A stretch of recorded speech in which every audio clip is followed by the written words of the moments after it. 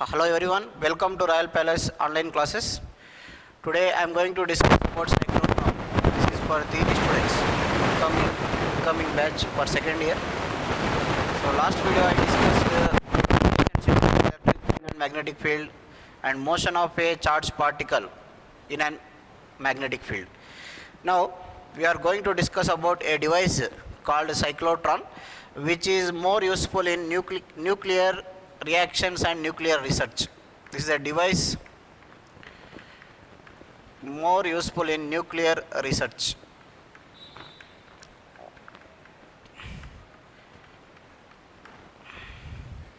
This device you can find in nuclear power stations like Baba Atomic Research Center, like that we can find this cyclotron. So why we require this device? What is the reason is, and what is the use of this device? It gives accelerated charge particles. Accelerated charge particles it is going to give. Accelerated charge particles.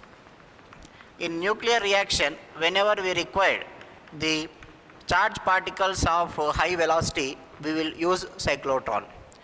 So if you want to increase the velocity of the particle, let us take a charge q is in an electric field. There is a charge q in an electric field of electric field strength E. Then what is, if it is starting from rest, if initial velocity is 0, the velocity of this charge particle will be QE by m into t, where t is the time taken for the journey. Now if you see, by generating large electric field or by increasing the time of electric field, we have to increase the velocity of the charge particle. So to increase the time, we require more space. Suppose if electron or a charge particle is released here, it has to travel for long time. To get energy of more energy or more velocity, it has to travel for a long period of time. So for that reason, it is not possible to increase the velocity in case of providing only electric field. So for that reason, what we can do, the thing is, instead of making it to move for long distance, we can make an electron with velocity 0. It reaches velocity v here. Again you will bounce back that electron or charge particle, so that here its velocity becomes 2v. Again its velocity becomes 3v. So like this will make the movement of the charge particle within a limited space. In order to increase the velocity, we have to increase the time. More duration is required. It has to travel more time. It has to travel. For that reason, what we will do, we will fix the charge particle within a range, and we will move it within this range, so that its velocity becomes 0 to v and v to 2v, 2v to 3v. So in order to get this charge particle having high velocity, it is not possible with only electric field.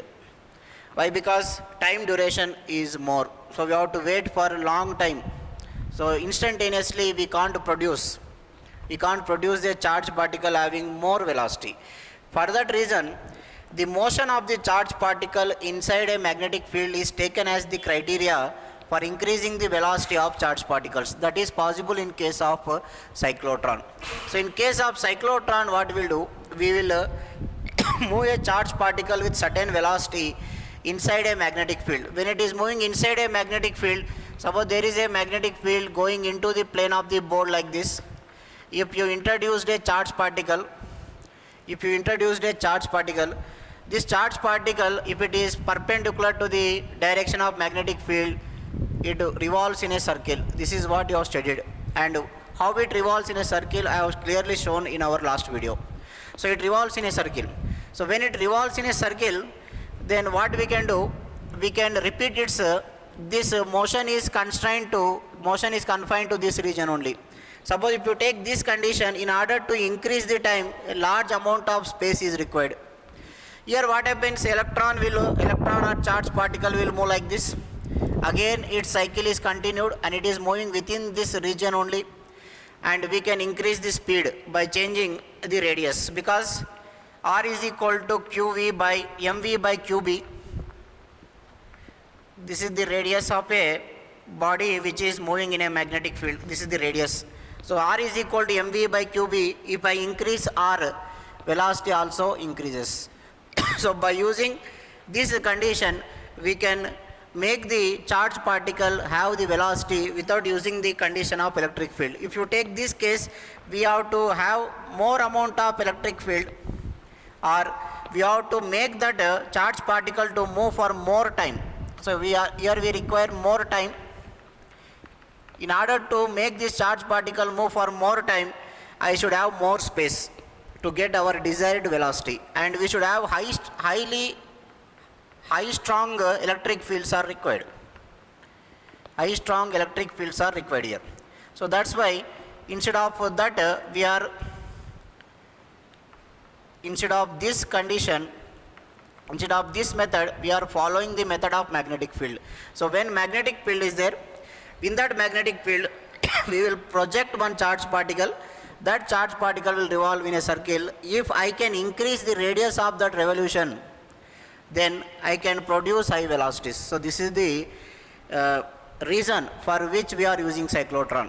Some people may get doubt, in order to increase velocity, why only cyclotron? Just I will give some electric field. It will have an acceleration of qe by m, because according to Newton's law, qe is equal to ma. qe is equal to ma if I take a is equal to qe by m.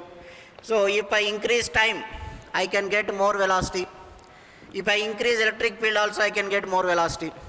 But the thing is, for this we require a use space to increase more duration. That means tomorrow if you want to do nuclear reaction, 1 month back you have to start this process, so that that time increases, or 1 or 2 days back or 3 days back you have to start this process. And in this case you can get the electron or charged particle or alpha particle of desired velocity within a short duration of time. So this is the principle behind the cyclotron.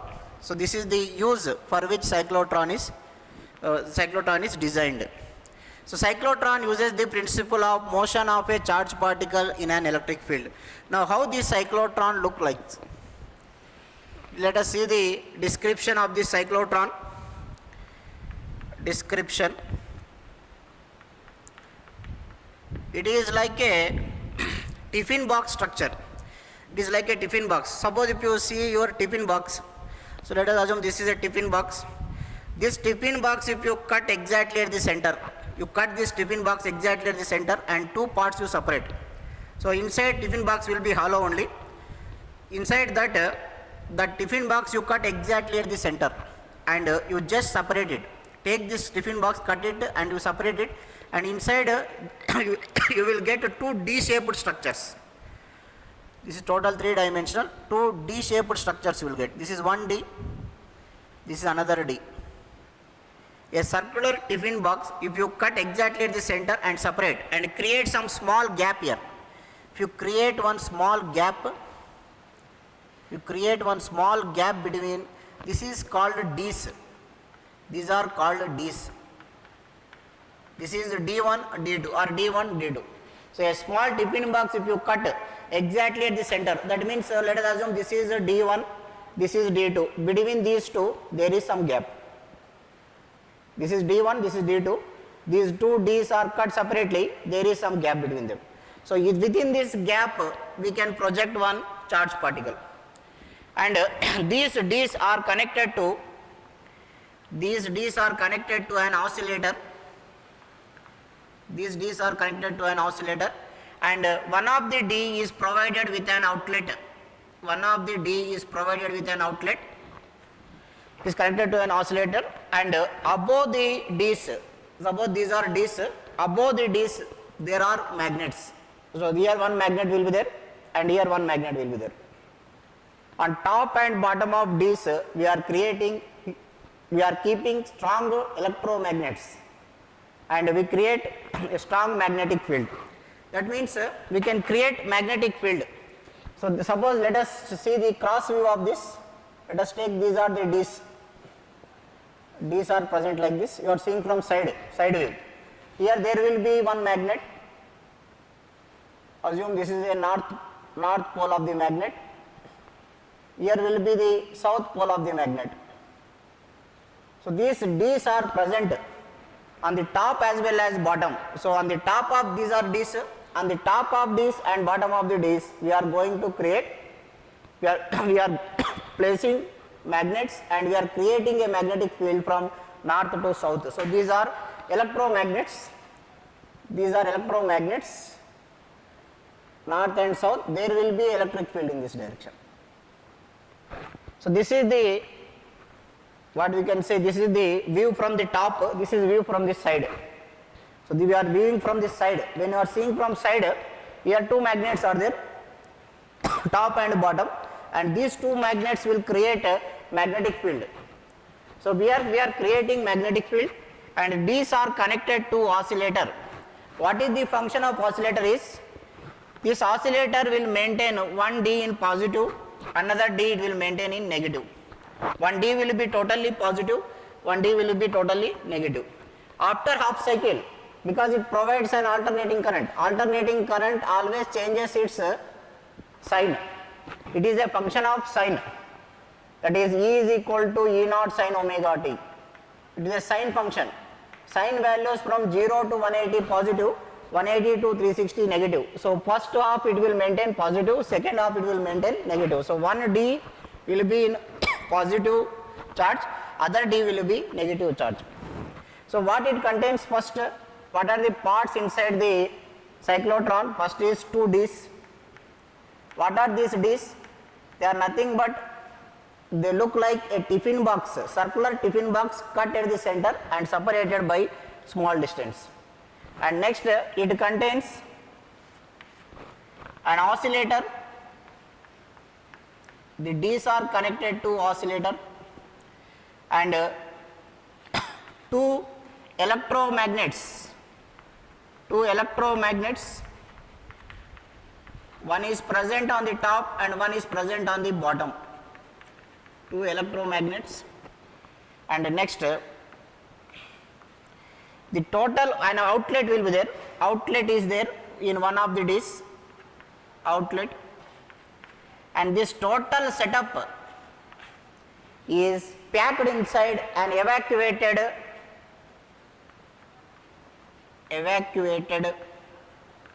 vessel. Everything is packed, evacuated vessel, it is packed.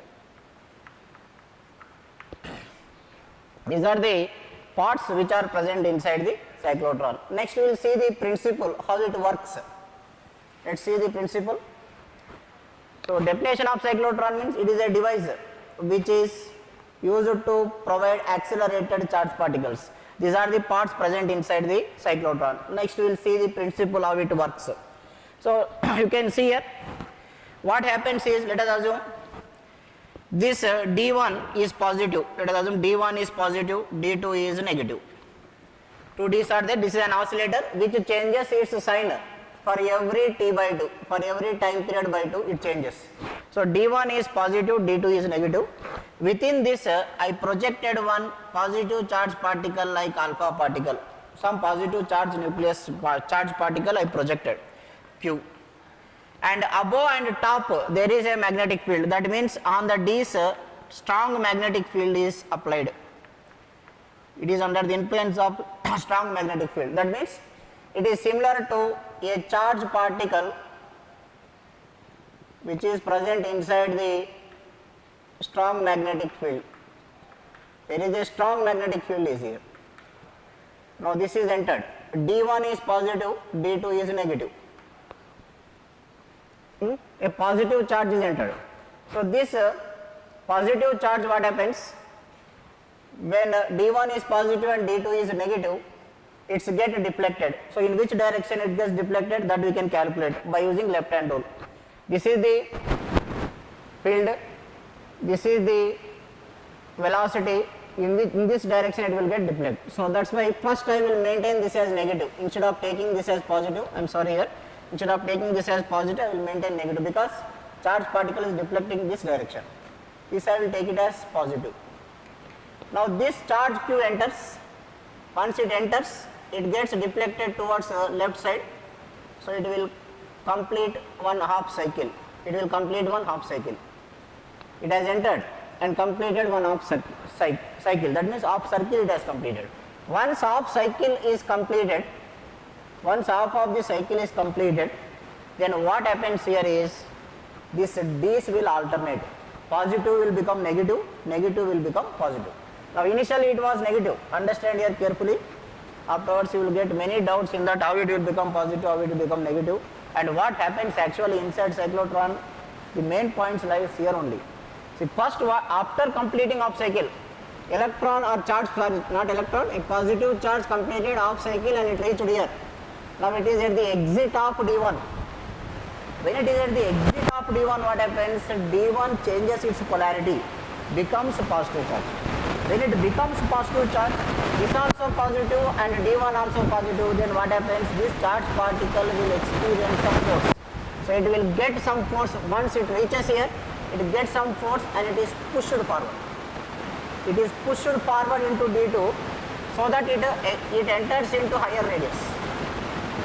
If this polarity is not changed, simply it will complete one circle. But when polarity is changed, this D1 is repelling this charge particle, D1 repels this. When D1 is repelling this charge particle gets pushed into D2 with a certain force. Then what happens? Instead of entering into same radius, this charge particle enters into another radius like this. And again same thing continues. Once after completing another half cycle, then again the charge particle enters into the gap. Again they will change polarity. Now this was first negative, afterwards it has become positive. If it is positive, this is negative. Then it gets attracted by D2, it is entering. Then again after coming to the half of this part, what happens here is again the polarity will change. This negative will become positive, again they will push the electron like this. And this cycle will continue. So that its radius increases continuously. First particle is here and it is positive charge, it is attracted by D1, enters into D1, completes one half of the revolution. When it comes here, what happens? It is pushed forward. When it is pushed forward, it enters into another radius. Instead of entering into same radius, it enters into another radius and again enters into D2. When it enters into D2, D2 is negative. Once if it completes half revolution, reaches its center again.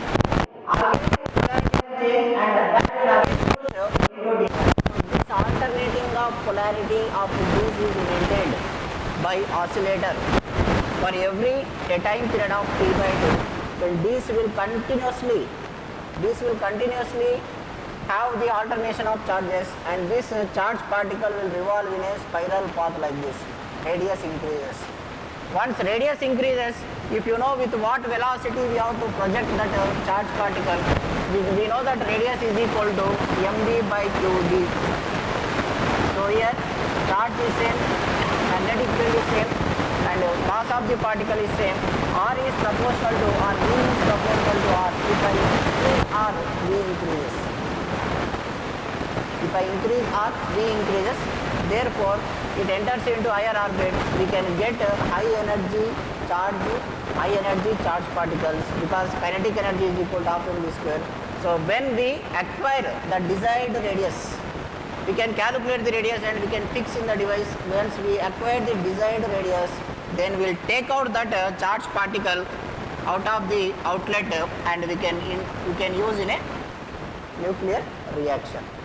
This is what it happens in a cyclotron actually. And here what remains constant is time period is equal to 2 pi m by qb. Time period is independent of radius. Time period of oscillation is independent of radius. That's why even radius increases, this oscillator time remains same for every T/2. Suppose if time period, if you calculate, if you are getting 1 second, that 2 seconds, for every 1 second, this will get alternated. This is the principle of cyclotron. The frequency, and this frequency is also called cyclotron frequency. What is the principle of cyclotron is, upon increasing radius, velocity of the charge particle increases, but frequency remains same. Frequency is independent of radius, whereas velocity is directly proportional to radius. Time period is independent of radius, whereas velocity is directly proportional to radius. Time period is independent of radius, whereas velocity is directly proportional to radius. So then this frequency n is equal to qb by 2 pi m is called cyclotron frequency. qb by 2 pi m is called cyclotron frequency. The frequency with which the electron or a charged particle revolves in a cyclotron is called cyclotron frequency, and energy is equal to half mv square. Energy is equal to half mv square. So energy, we will get high energy accelerated charged particles from cyclotron. The principle involved is motion of a charged particle in a magnetic field. So this cyclotron, they have these of very long radius also, depending upon the requirement. We can calculate the radius. Based on that, we can create the velocity. And these accelerated charged particles are used in nuclear reaction. So cyclotron will be present in nuclear research centers, atomic research centers. This is about cyclotron. And the next topic after this is Biot-Savart law.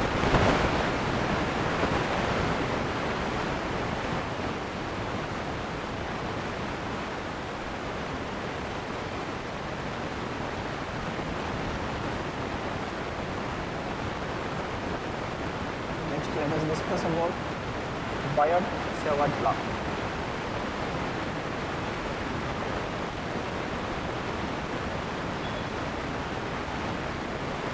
Biot-Savart law.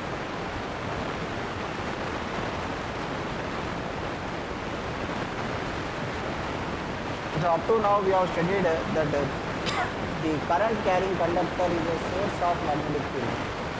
So physics is the subject of measurement. So whatever we are having, we will measure. So Newton's laws also I told. First law defines force, second law calculates force. So everything we have to measure. This law gives some formula for measurement of magnetic field. Suppose there is a current carrying conductor. There is a current carrying conductor carrying a current I. Current carrying conductor is present on the plane of the board, carrying current from bottom to top. So what is the direction of magnetic field? Direction of magnetic field will get from right hand rule. Take your right hand, keep your thumb in the direction of current, and the curled fingers will give the direction of magnetic field. So if I take a point P, the point of observation, if I take it as P, this point of observation, the direction of magnetic field is into. Suppose if I take my point of observation toward this side, you can hold the conductor and you can see these fingers are coming out. So the direction of magnetic field will be out. So it is inside. Now to find what is the strength of the magnetic field B at that point, you have to use Biot-Savart law. According to this law, you have to take a small element of the wire, small element of length dl. Okay. Now you have to draw one line from the small element, and this distance is taken as r. This distance is taken as r. And now what Biot-Savart law says is the small magnetic field produced due to the small part of the wire is proportional to strength of the current inside the wire, and also the small magnetic field produced due to the element is proportional to the dl of the wire. Okay. Now it is also proportional to the small magnetic field is also proportional to 1 by r square, where r is the distance, also proportional to 1 by r square, and it is also proportional to the sin theta, the angle between dl and r, the angle between dl and r. This you have to remember carefully. Angle between dl and r, not angle between I and r. this is angle between dl and r, this theta. You should be very careful here. This sin theta, theta is angle between dl and r, because I is not a scalar, not a vector quantity, scalar. Current has direction and magnitude, but it is a scalar. Whereas the current element can be taken as vector. Current is scalar, whereas current element, this dl is called current element. Current element. dl is called current element.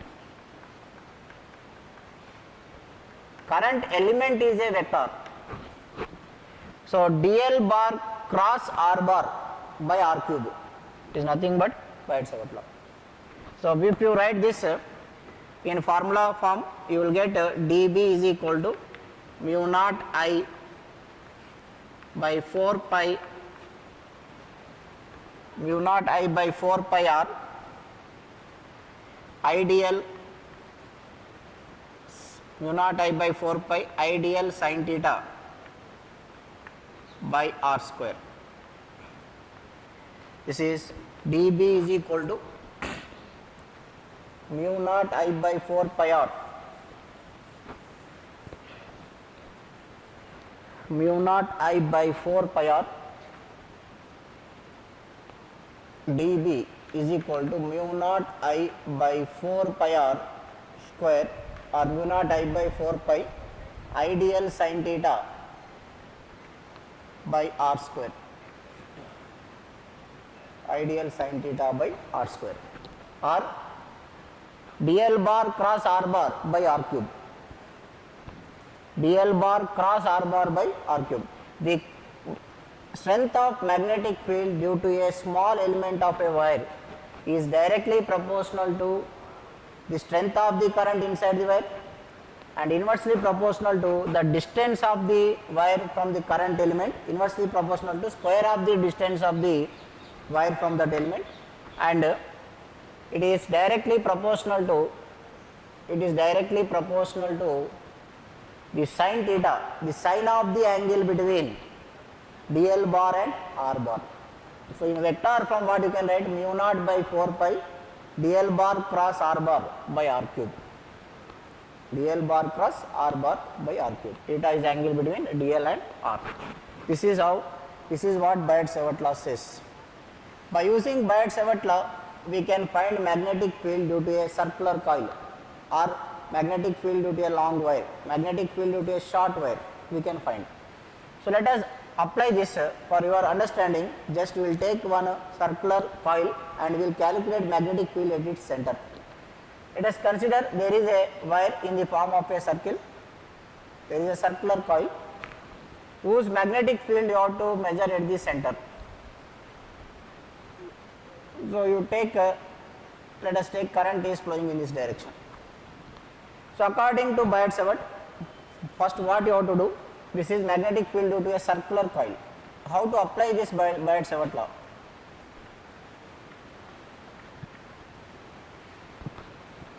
If they ask what is Biot-Savart law, this much only.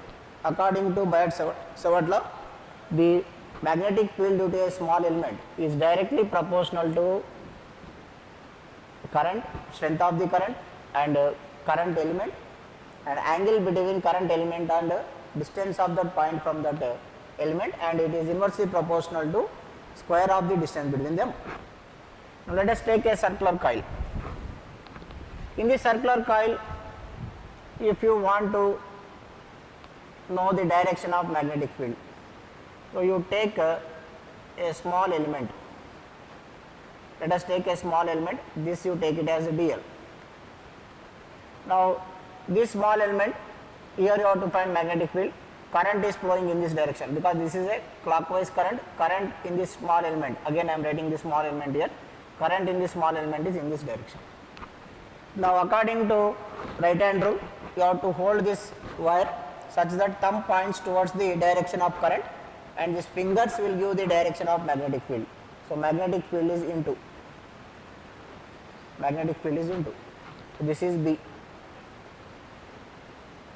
Okay. Now you have to draw one line. between the current element and R. So to draw one line between current element and R, this is R. Now theta is angle between current element and R. So theta in this case you will get 90. Theta is equal to 90. Observe here. Be very careful while taking theta. Theta is equal to 90. And then apply Biot-Savart law. dB is equal to mu naught by 4 pi IDL sin theta by R square. This is general formula. Now I will convert this into circular coil. For small part of a circular coil, dB is equal to mu naught by 4 pi IDL sin theta, you have to take it as 90. So IDL by R square. This is due to a small part of the wire. Suppose if I want for total part of the wire, these two things I have to integrate. If I integrate this, B is equal to mu naught by 4 pi I is a constant value and R square is also constant. You have to integrate dl. What is the maximum possible of length that is possible with a circle? Maximum possible length is nothing but its circumference. So here in place of dl, what you have to write? 2 pi r, where r is the radius. So if you write 2 pi r there, you write dl is equal to integral of dl is equal to 2 pi r. Then you will get magnetic field due to a circular coil. Here if you write 2 pi r, you will get it as mu naught I by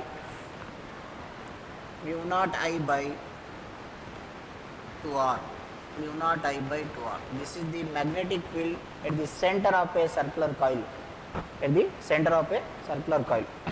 Suppose if it is semicircle, when you are integrating, what is the maximum length that is possible in semicircle? You will get pi r. So you will get it is mu naught I by 4r. This is how you have to apply Biot-Savart law. Biot-Savart law is totally theoretical. So Biot-Savart law says that the magnetic field due to a small part of a wire is directly proportional to strength of the current in that wire and the current element, and is inversely proportional to distance of that point from the current element, and it is directly proportional to angle between the current element and the radius r bar, that is the distance, that is displacement, the distance of that point. And this is how you have to apply Biot-Savart law. By using Biot-Savart law, we can find the magnetic field due to different kinds of wires, different shapes. When wire is in semicircle or circular or any, for a due to a wire at a point, magnetic field can be applied by using Biot-Savart law. First we will calculate for small strength of the wire, then we will integrate it so that we will get the total value. So remaining applications of Biot-Savart law we will see in the next class. Thank you for joining me. Please subscribe my channel. If you have any comments or any doubts, you can leave in the comment section.